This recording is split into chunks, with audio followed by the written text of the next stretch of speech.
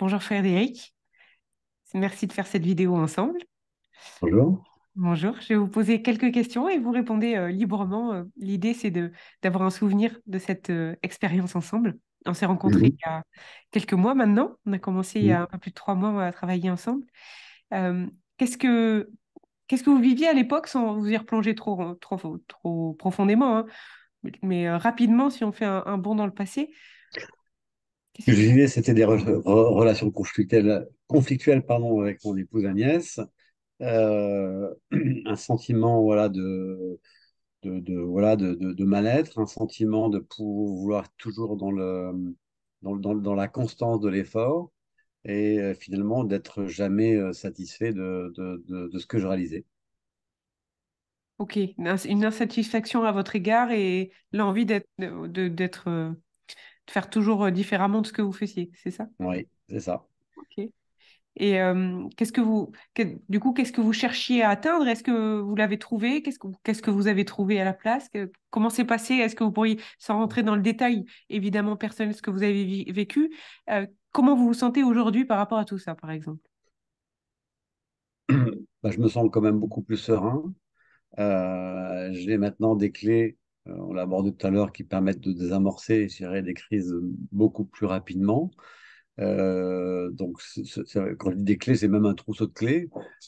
C'est vrai que le fait de pouvoir retrouver la team Frédéric Grenard entre 7 et 58 ans et se réunir sur une pièce de théâtre, c'est aidant. Le fait d'avoir ces outils de numérologie, Ne dites pas tout, ne dites pas tout. L'idée, c'est pas d'accord? de partager Ok, ce qu'il y a là-dedans parce que ok, tous les outils vont être différents en fonction des personnes. d'accord. Ok, Donc, si vous, euh, certains des clés pour vous seront, vous voyez, sont hyper perso. Je voilà. préfère que vous les gardiez pour vous.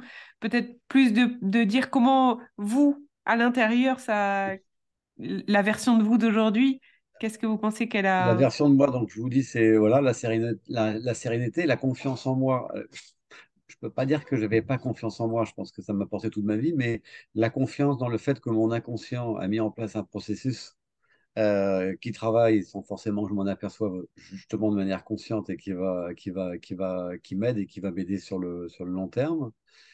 Euh, voilà, et puis peut-être être toujours un peu plus en cohérence par rapport à mon chemin de vie. Qui consiste à dire que j'ai eu, voilà, que la vie m'a servi beaucoup de caviar et de bonheur pendant 58 ans et que maintenant c'était important de resservir tout ça. Mais encore fallait-il pour le servir, voilà, être dans des dispositions d'esprit pour le faire. Voilà. Génial. C'est un très beau mot de gratitude ce que vous renvoyez à la vie là. Ouais. Ouais. Ouais, c'est Mm. chouette. Si aujourd'hui vous aviez quelqu'un qui est dans cet état-là de difficulté de communication avec l'extérieur ou avec lui-même, est-ce que vous lui recommanderiez ce travail? Ah, mais évidemment, oui, c'est clair. Et si vous aviez en face de vous quelqu'un qui douterait de sa capacité, parce que souvent, finalement, quand on trouve un guide, quel que soit le guide, c'est souvent nous qui travaillons à l'intérieur, hein. L'accompagnant, il ne fait qu'éclairer le chemin, mais le travail, c'est nous qui le faisons à l'intérieur de nous-mêmes. Mm. Qu'est-ce que vous auriez envie de dire à quelqu'un qui serait tellement dans la peur de lui ou dans la colère de lui qui se dirait, mais je ne mérite pas d'investir en moi et de faire ce travail-là, ou qui se dirait, est-ce que vraiment je mérite de faire un tel investissement? Qu'est-ce que vous auriez envie de lui dire?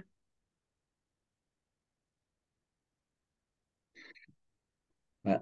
Je lui dirais, voilà, c'est ça, c'est chacun met une valeur sur des choses. Celle-là, elle n'est pas forcément figée comme un bien matériel, mais si c'est pour l'alléger, si c'est pour avoir un mieux vivre, si c'est pour monter d'un cran, d'un niveau, sur un niveau spirituel ou émotionnel, ce que la vie, de toute façon, va l'amener à faire de manière brutale ou un peu plus apaisante, ça serait dommage de pas faire ce parcours. Hmm. Et avec vous, évidemment, euh, dans mes Avec moi. gratitudes, dans mes gratitudes du matin, je peux vous assurer que Euh, je salue tous les gens que je- que j'ai croisés dans ma vie, qui m'ont fait grandir de manière un peu brutale ou forcée, et tous les gens qui m'ont aussi mené forcément sur une voie spirituelle. Et évidemment, vous êtes dans mes prières de gratitude tous les jours, je vous assure. Merci beaucoup. C'est un très beau rite, ça, de faire ça, bravo. Et merci. Ça a touché d'être dedans. Est-ce que vous voulez ajouter quelque chose ou est-ce qu'on se retrouve à côté? Qu'est-ce que vous aimeriez partager? Ben non, je peux le partager, on le dira peut-être après. Je pense que euh, les fondations, malgré tout, restent fragiles. Elles nécessitent d'être entretenues avec le temps. Euh, il y a plein de choses pour continuer à les entretenir. Après, c'est plus facile de les entretenir avec quelqu'un avec qui vous avez créé un climat de confiance, une relation et qui vous connaît et qu'on connaît. Voilà. Bien sûr, bien sûr. C'est comment, une fois qu'on a fait de l'espace, euh, on choisit ce qu'on y met. C'est un peu ce que je dis, et l'objectif, c'est qu'on arrive avec un bloc de béton, on va le rendre fertile ensemble, parce que bah, était un petit peu complètement hermétique. On va y faire du nettoyage, dépolluer, etc. Y mettre les graines que vous choisissez. Après Mm, l'entretien, l'arrosage, le jardinage et faire pousser toutes ces graines, c'est à vous que ça appartient. Et vous mm, repartez avec un arrosoir, avec de l'engrais, avec des œufs, avec des eaux mm, pures, etc. Et tout ça pour le faire. Néanmoins, je ne serai pas derrière vous pour vous tenir la main à arroser toutes ces graines et à mm, prendre soin de ce nouveau jardin. C'est évident. bien sûr, bien sûr. Et Et parce que heureusement. Mm, oui, et quelque part, parce que j'ai grande confiance que vous êtes parfaitement capable de le faire et que l'idée n'est pas de créer une dépendance, mais plus une autonomie. mm, Pour autant, c'est vrai que parfois, je me rappelle la première fois, moi, que j'avais eu ce sentiment euh, de vide et c'est s'approprier le vide comme étant justement euh, un espace dans lequel un peu comme, euh, ouais, comme un jardin ou comme un temple, un peu un espace dans lequel on va pouvoir, avec conscience et choix, décider de ce qu'on y met. Et mm, parfois, la vie continue de nous renvoyer nos schémas, parce qu'ils sont toujours là et que ça fait des dizaines d'années qu'on vit avec. Simplement, on aura la disponibilité de faire un pas de côté et de se dire non, cette fois, j'active pas. mm, Ce mm, qui, ce qui est malheureusement, quand on est trop dans le bazar à l'intérieur et qu'on est encore le bloc de béton, pas possible, puisqu'on est en pilote automatique dans nos réactions et qu'on ne se voit pas agir, ou quand bien même on se voit agir, on n'a pas la possibilité de faire autrement. Et comme on mm, n'a pas la possibilité de faire autrement, on se culpabilise parce qu'on se voit faire et qu'on se déteste, alors qu'en fait c'est juste qu'on ne peut pas. Une fois qu'on récupère la possibilité, c'est ça qui est extraordinaire, c'est qu'on a le libre choix. mm. Continuer d'activer nos vieux schémas qu'on a toujours utilisés pendant des années, ou se dire non, cette fois-ci, je prends pas.